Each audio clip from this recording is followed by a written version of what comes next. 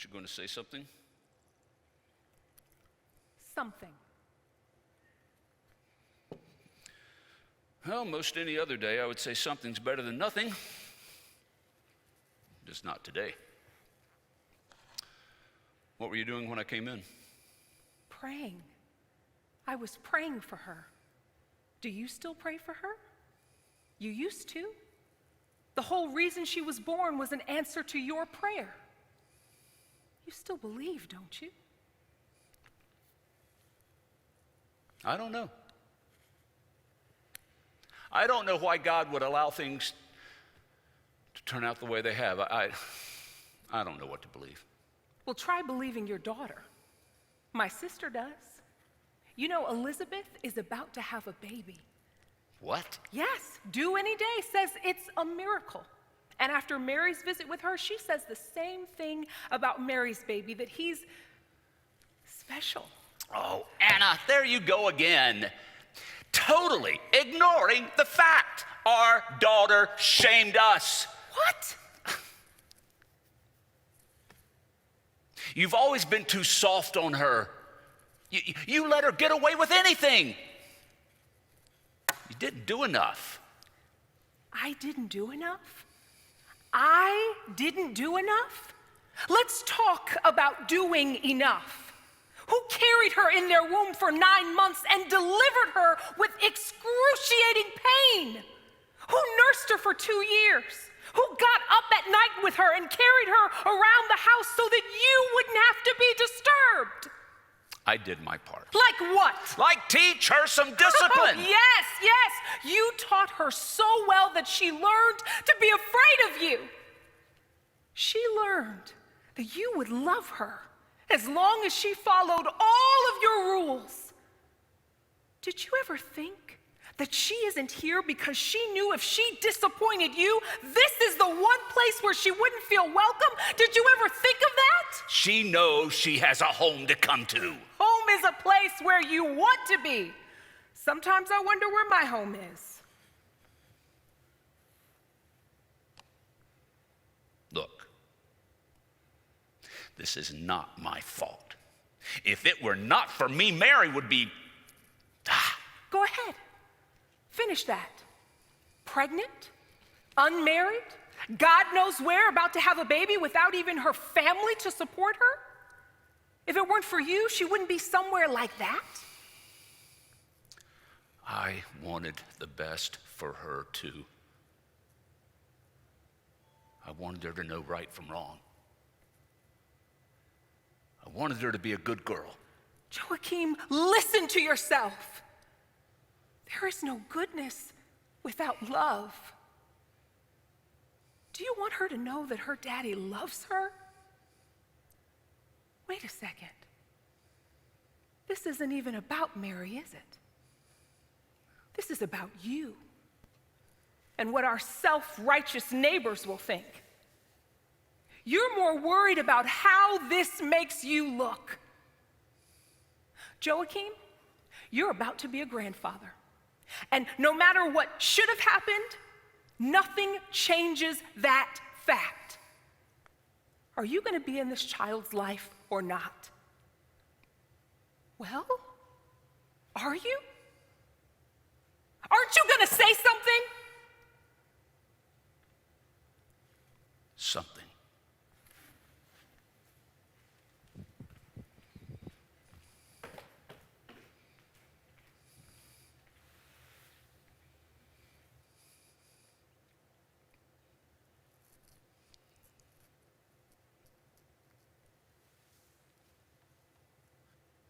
I know it's been a while since we talked.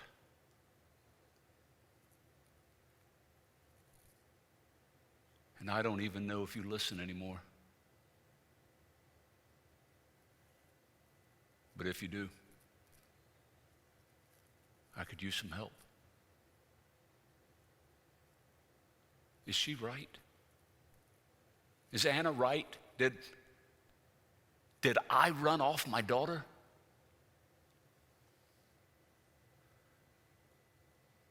I was just trying to do the right thing. I always believed if you do the right thing, everything will turn out well. I should have learned a long time ago. It doesn't work that way, does it?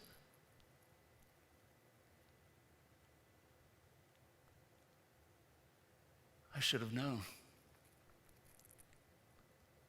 the day the elders stopped me when I was going to leave my gift at the altar.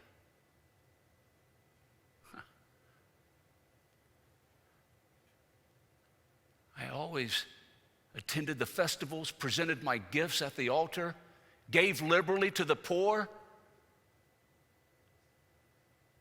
But they stopped and said I wasn't worthy because Anna and I did not have a child.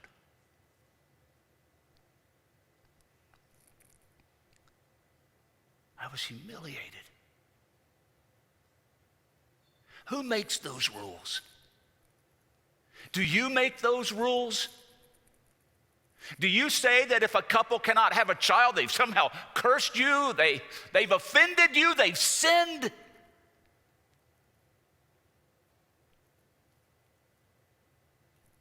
But you got to hand it to me. I turned to you anyway. I went out to the wilderness, 40 days, fasted, prayed. And I'll hand it to you. You heard my prayer. Anna conceived. We had Mary. And I praised you. I praised you everywhere, but you saw through it, didn't you? You're a God who does not look on the outward appearance of a man. You look at what's in his heart. You saw what was there, didn't you? You knew. My praise was not for Mary. It was for me.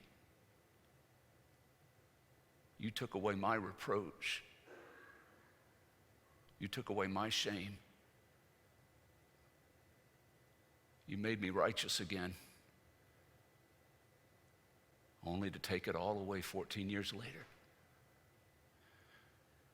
If the elders shunned me because I didn't have a child, what would they think when my child has a child out of wedlock?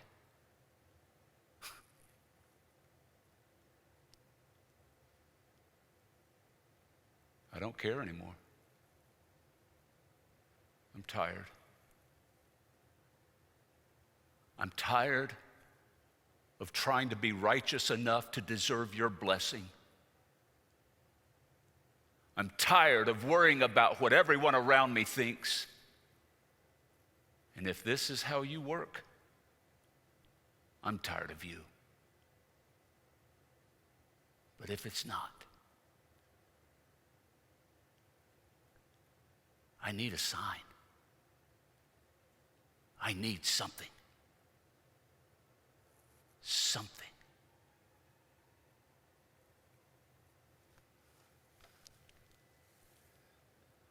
And while you're at it, would you take care of my little girl?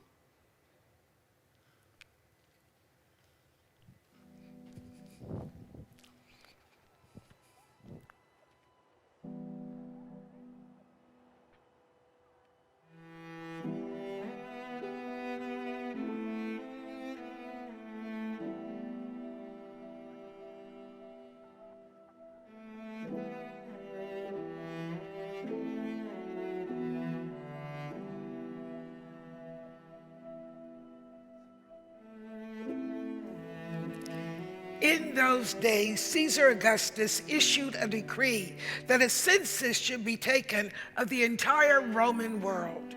This was the first census that took place while Quirinius was governor of Syria, and everyone went to their own town to register. So Joseph also went up from the town of Nazareth in Galilee to Judea, to Bethlehem, the town of David, because he belonged to the house and line of David. He went there to register with Mary, who was pledged to be married to him and was expecting a child. While they were there, the time came for the baby to be born, and she gave birth to her firstborn, a son. She wrapped him in cloths and placed him in a manger because there was no guest room available for them. When Joseph and Mary had done everything required by the law of the Lord, they returned to Galilee, to their own town of Nazareth.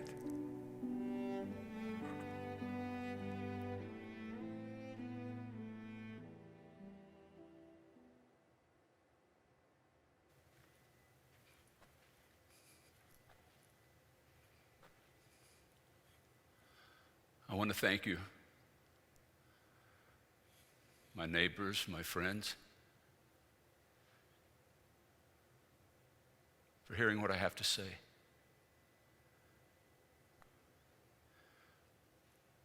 As you know, my daughter Mary and Joseph have come back home, and they have a baby. His name is Jesus. And Anna and I have welcomed them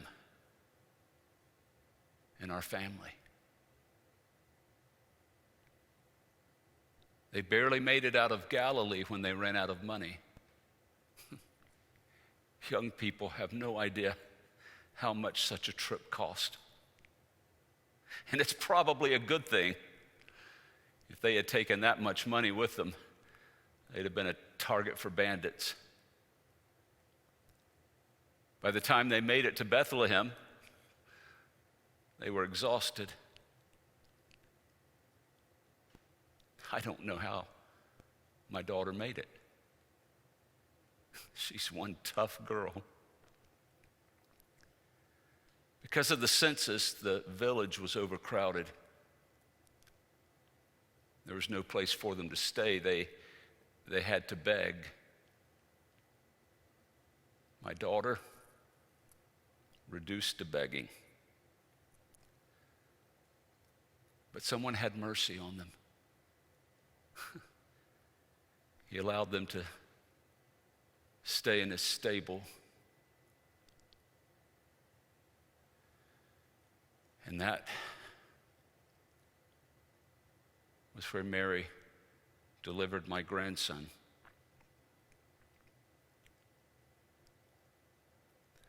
Joseph had to do it himself. No midwife, no one to help. And I am so proud of him. He took care of my little girl and their baby. None of it happened the way it should. But I know it happened exactly like it should. I say I know, not because I just mean I know what happened. I mean that I know why it happened. And the reason I know was the moment that Mary put her baby in my arms. Sometimes you can't explain things that you know. You just know it. And the moment I held this child, I knew this was a special child. I realize that you're probably thinking I'm just a doting first-time grandfather who thinks his grandson is the most special human being who's ever lived. Even if that were so, by God, what's wrong with it? What's wrong with me wanting my grandson to believe that about himself? What's wrong with me wanting him to know that his grandfather thinks that way about him?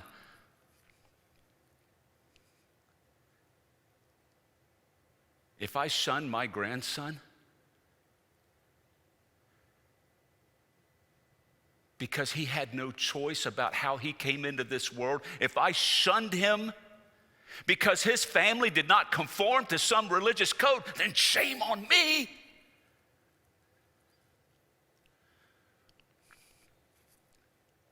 I'm not that man anymore.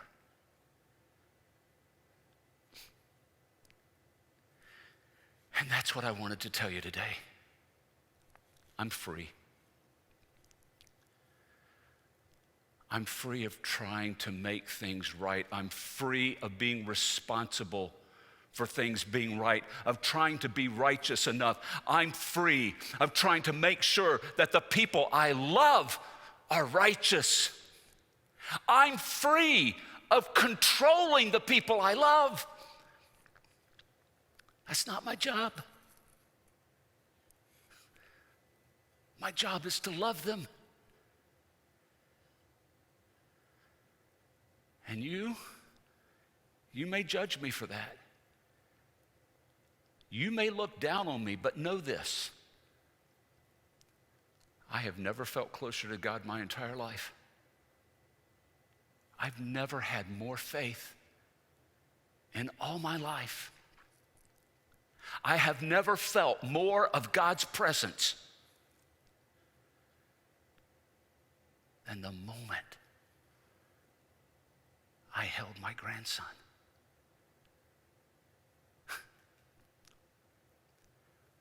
I hadn't held a child that small since I held Mary. It's different holding your own child. When I held Mary, all I thought about was my responsibility. It was my job to protect her. It was my job to look out for her. That I was responsible for what she became in life. It was all up to me. Holding this grandson, I was free to receive. Just to receive the joy and the love that he brings. He's not someone to be controlled. He just wants to be loved. It's like he saved me. He saved me from myself.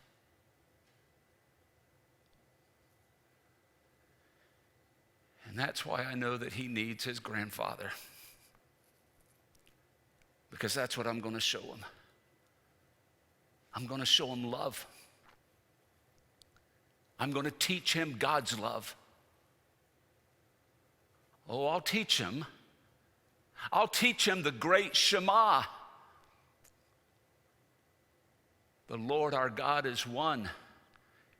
You shall love the Lord with all your heart, soul, mind, and strength. But I will also teach him you love your neighbor as yourself. I'll teach him that if your neighbor offends you, you must forgive 7 times. But I'll teach him not to stop there. Forgive 70 times 7. I'll teach him that the law says thou shalt not murder. I will also teach him don't live with anger in your heart. Life is too short. I'll teach him the lex talionis, an eye for an eye and a tooth for a tooth. But I will also teach him don't retaliate. Love your enemies. If you take your gift to the altar and there you remember somebody has something against you, leave the altar. Go to that person. I lived the other way long enough. I know I need more. And I believe my grandson will help me find it.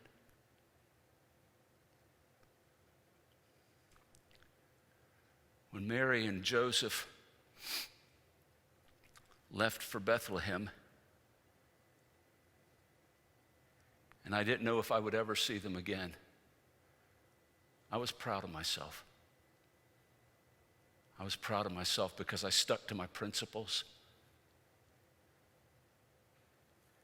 And I knew you would be proud of me because I would keep our village from being disgraced. But one night I realized with all of my principles, somewhere out there was my daughter. in the scariest moment of her life. And she didn't have her family.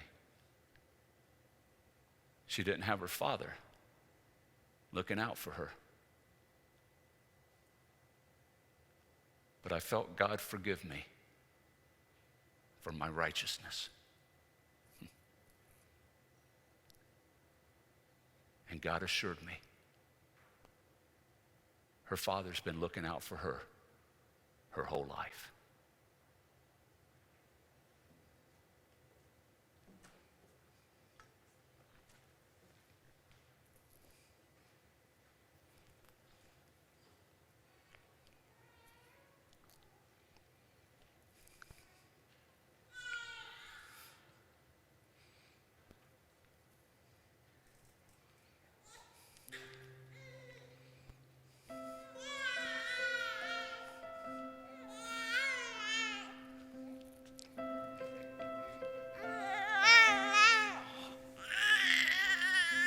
If I could catch a star for you,